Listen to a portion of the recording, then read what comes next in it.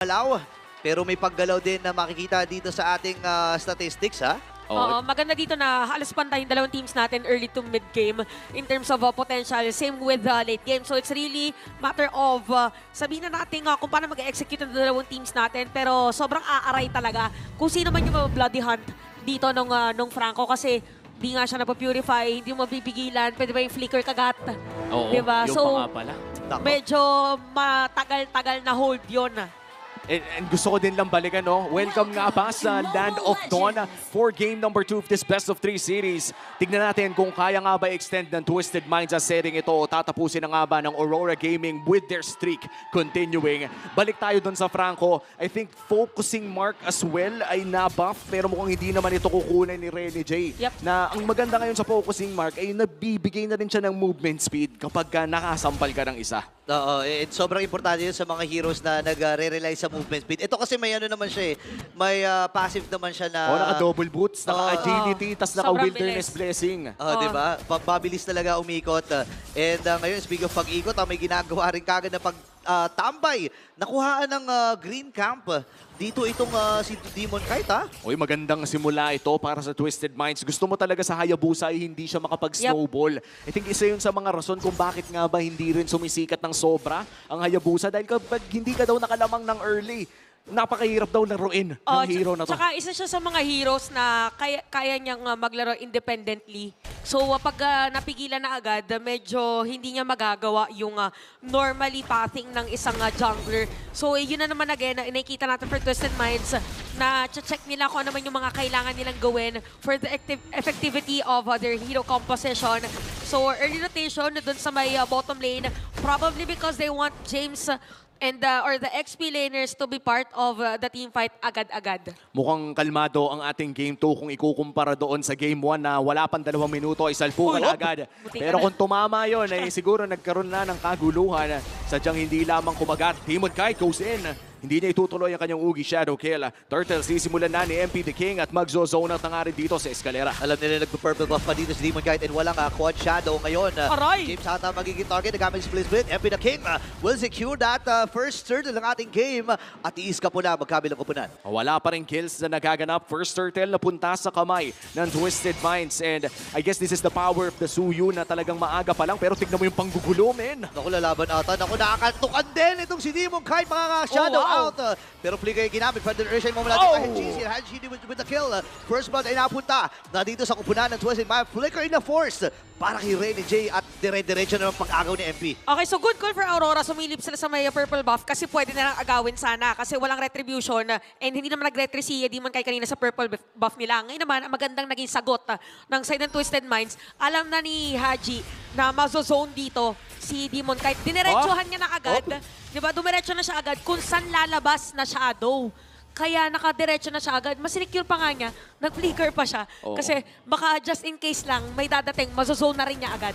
And grabe yung aggression na pinapakita ngayon ng Aurora Gaming after Twisted Minds na nakalamang ng bahagya sa turtle fight na yon ay mukhang ang Aurora Gaming, ang sagot nila hindi mag-play safe. Ang sagot nila ay maghanap pa ng mga additional na opportunity. At saktong-sakto, naka-Franco naman sila dito. Kung sino man ang mahila ay sapat ata ang kanilang burst damage. Oo, lalo na level 4 na rin dito si Rene J. And sabi naman ng Aurora, nangyari na sa atin doon ng game number 1. Malaki ang kalamangan ng Twisted Minds. Maabot ng mga 2,000 higit at nakontrol natin pagdating ng mid part. Ngayon, may tapatan na naman dito sa may bandang daas. Demon Kite at itong si Jamal.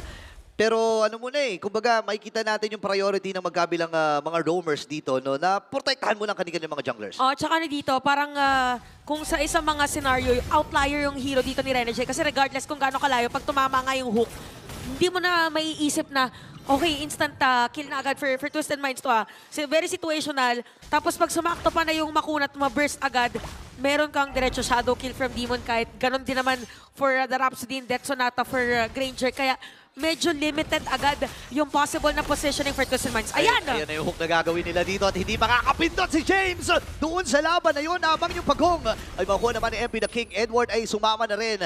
Pero naghabang si Domingay na wala sila atang idea dito. Nako, binagbabaril na with the Dragon City. At 4 na miyembro mula sa Rora ay umahabol pa. Hook from Renny J ay nakaamba. Pero si Demon kahit at si MP the King may 1v1 dito sa may bandang ibaba. Pero kailangan bumertical palayo dito ni MP the King. Nagiging umi-extend yung mga laban dito. Lipat tayo dito sa may bandang itaas. Mukhang naghahanap sila ng opportunity. A good kill pero HGC nakaiwas. Kakagating nga ba ni Renny J? Double dash palayo. At mukhang e-fast na muli ang ating mga team members from both teams. Ito na yung sinasabi natin that for Aurora, regardless kung sabihin na natin Twisted Minds dito aggressive, pero dahil yung haba nung yung hook mo, medyo limited na agad. Kagaya niyan, makakapag-sandwich play yata sila sa taas. Okay, si Escalera ay nangangalahati yung buhay. Jamal as well, James. down to 30%. Habang si Edward and James ay naghaharapan na rin. Na-clear lang na mabilis yung mga minions doon. Pero diretso pa rin ang Aurora dito. Laki ng rotation na ginagawa nila sa itaas. Grabing ginagawa nila Yui at Doming kahit na naglalapag ng kanilang mga ultimates para lamang hindi makadepensa ang Twisted Minds. Nako. At kaya na pa nga, nagpapaulan na ng bala at mukhang magpupush sila dito sa may bandang itaas pero papasok na isa, may nakain at namatay ang kabayo ni Iska. Nako, si Eska kaagad ang nakuha doon. Feather Nursing naman from Yue with the corner. Inabutan doon sa may bandang likuran. Edward papasok din. Pero si Haji Z ay mamamatay sa kamay ni Yue. At ang sakit nun kasi nag-flicker pa siya at hindi nahipan yung apoy. Kaya naman, 30 segundos ay ilalabas na ang ating panghuling pagong ng larong ito. MP the King makakadepensa naman dito sa may bandang mid lane. Pero yung range at damage na meron dito ang Aurora Gaming ay nararamdaman na ng mga minds. Sobrang lawak ngayon ng sakop ng Aurora. To the point na kahit maglakad nga lang si Edward sa harap nila, medyo nahihirapan na dito yung Twisted Minds to go for the aggressive side or pang-counter man lang kasi alam nila na anytime, pag sumilip sila sa bush, baka si Renny J nandun. Ayan na naman. Yun na nga si Escalera dito. Namatay ka agad! Dominic with a kill! May papasok ngayon ng Twisted Minds. Doon sa may James. bandang gitna. HGC with a kill. Edward! Pero maatrasin din si Edward. Mahuhuli ba siya? Ibinlake lang doon. Double kill na para dito kay HGC. At kailangan mo nang lumayo dito ng Aurora. May bloody Pero hand pa! and hook mula kay Renny J. At si MP ang namatay. Dito pa si Demon Kite. 3v3 magiging laban dito. Pasok si James. Si Demon Kite pala. Dito kay James. At isisecure na muna nila yung posisyon doon sa pagong. Renny J with the hook on MP Ayaw! King. Pero boom!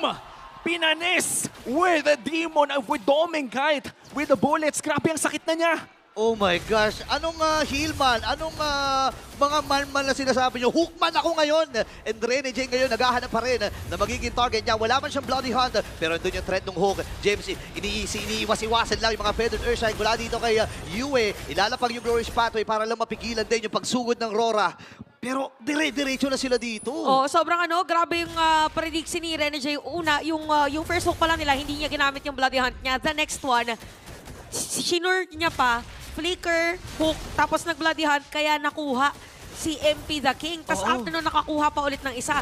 And yung first item na kinuha niya was Winter Tranchon. Winter Crown. Winter Crown. So, ibig sabihin, ang gusto nila mangyari dito is that pagkapasok, regardless kung makakagat or not, or pagkakagat niya, diretso na agad ng mag-freeze siya or Winter Crown para hindi siya mapatay ng Twisted. Ayun na naman. Hook City! Ayun na naman yung hook. Ako maganda with the bloody Yue!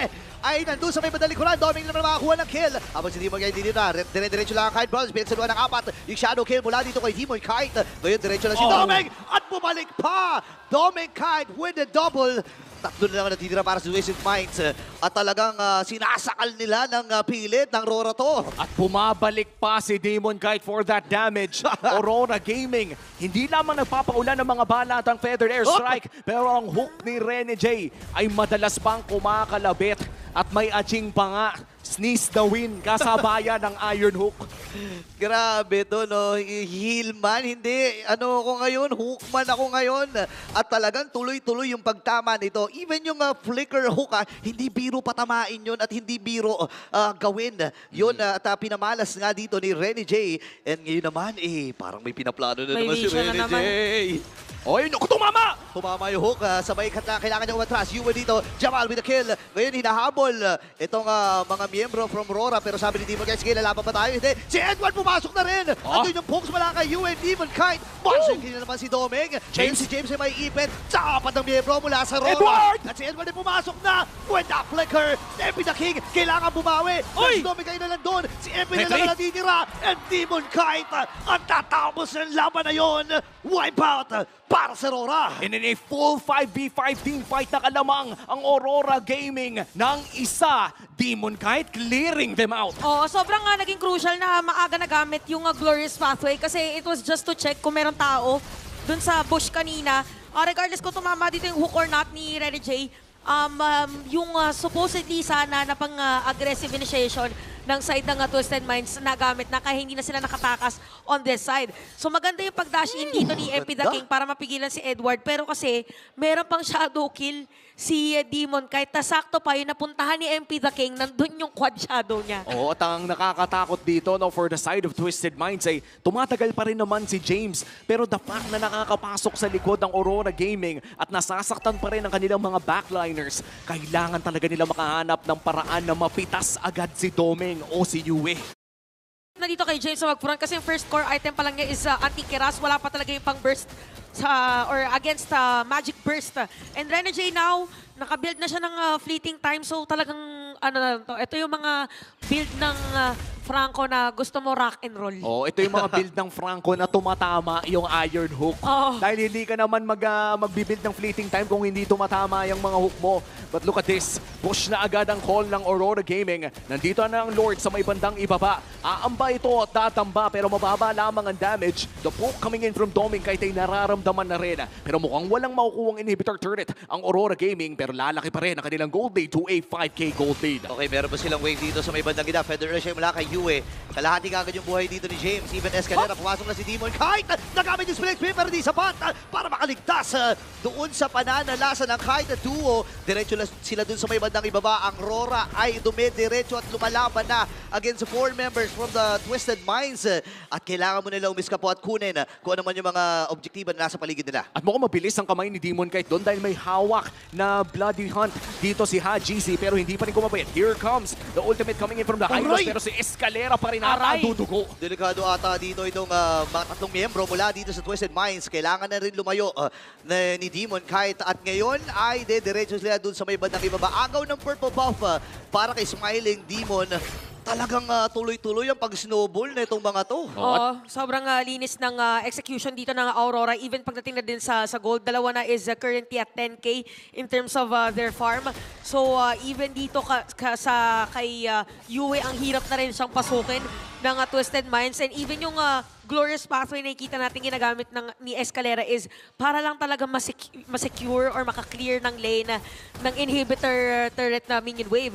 So even Doming Kite is currently at 606 na stacks. 66 yung kanyang Sky Piercer and this just 12 minutes. Ayun na naman yung hook pero si Escalera ay hindi na niya sasakmalin kasi nakuha na siya kagad doon ni Doming Kite. HaGC kailangan lumayo. Hawak niya yung Bloody Hunt.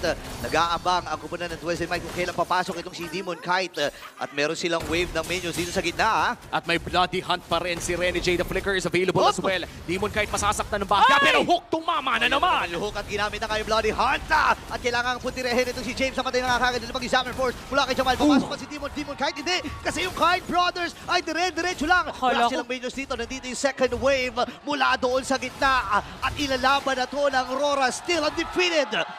Aurora Gaming. 8